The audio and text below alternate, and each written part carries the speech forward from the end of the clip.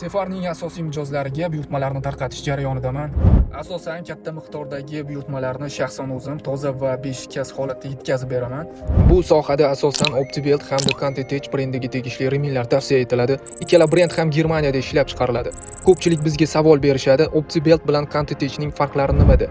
OptiBelt reminlari nega nisbatan qimmatroq? degan savollarga ushbu videoda aniqroq javob berishga harakat qilaman. Un zavodlarida ishlatiladigan reminlar doimiy ravishda og'ir yuk, chang, harorat va uzluksiz ishlash sharoitida ishlaydi.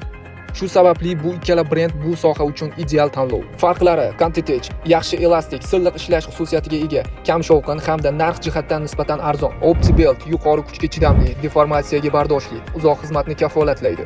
Changga va yuqori haroratga bardoshlilik xususiyatiga ega. Tavsiyalar: zavodingiz kichik, o'rtacha yuklamada ishlasa va narx muhim bo'lsa, Contitech yoki siz yirik ishlab chiqaruvchi brendsiz va maksimal ishonchlilik, kuchli yuklama, barqarorlikni zavodingizda ta'minlamoqchi bo'lsangiz, OptiBelt tavsiya etiladi.